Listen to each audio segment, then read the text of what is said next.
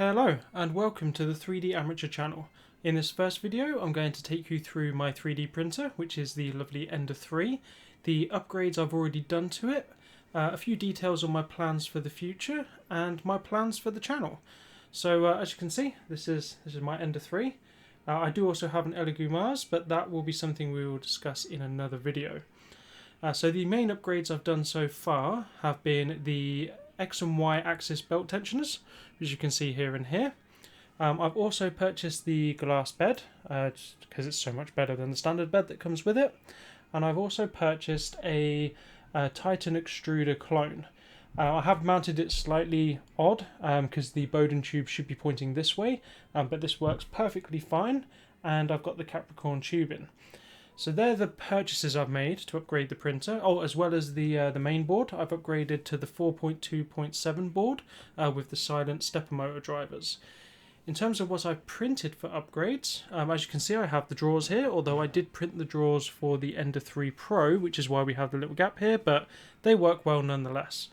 I've also printed the fan silencer for the main board with the Aperture Science logo, as well as a silencer for the power supply, which also has the Aperture Science logo. And I custom printed this, which was a conversion from another model, which I'll put the Thingiverse files down in the description so you can see the models, as well as doing videos to take you through what I did to change them, because this originally had a Lego design on the front and I've adapted it to an Aperture Science logo, but so I can have a little Lego minifigure sitting on top that will then be controlling the printer. So I will be doing a little mock Lego model of a control box, so it really does look like he's controlling the printer. I've also printed the bullseye fan duct, so I've got that with the custom front plate with the Aperture Science logo, and that's just using the standard fans that came with it, although this is a different set of fans because I did manage to break that fan not too long ago actually, so I had to redo that.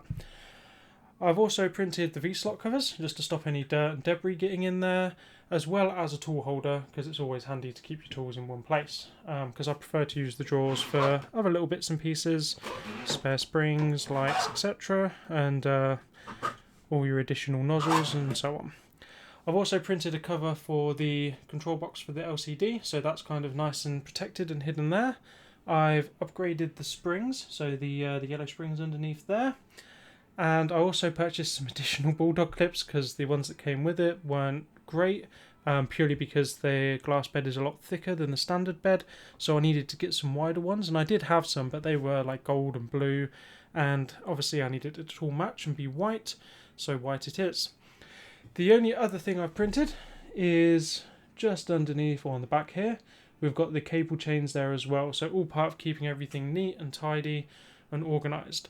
Now I have got a few additional pieces I would like to print, mainly with, see if I've got it here. So I've recently purchased this, which is a powered USB power supply. So I'm going to go through the process of designing an enclosure for this that's going to be magnet attached, and then we're going to wire it into the power supply itself, so I can then run a Raspberry Pi off of it for Octoprint and things like that. So there is quite a few upgrades that I still have yet to do, but I still need to learn a lot of the other bits and pieces that come along with this. And this is why I decided to start this YouTube channel. It's going to be the journey of me figuring out 3D design, 3D printing, and making some custom objects. I have got a few different videos lined up. I have a stand for a camera that one of my friends has requested, so that will be in an upcoming video. The enclosure and mount for the USB supply. Again, there's a few other bits and pieces that I would like to do. So hopefully you can join me on this journey, and we can learn together.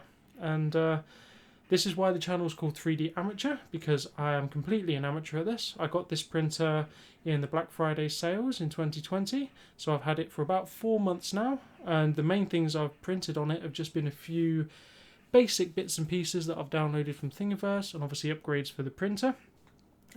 Which again, I will leave all of the Thingiverse files in here, and I will do a separate video on how I customised the Aperture Science logo onto these, and show you through like my Tinkercad files and things like that.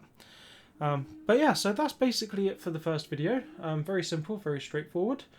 I just want to to kind of get cracking with this now, because it's definitely something I didn't see myself getting into as much as I have, and I would just like to share this journey with you all. So if that sounds interesting, then by all means hit the subscribe button, and obviously you can like this video and comment and let me know if there's any other upgrades or things that you would do to your printer, and I will see you in the next video. So thank you very much, take care, and have a great day.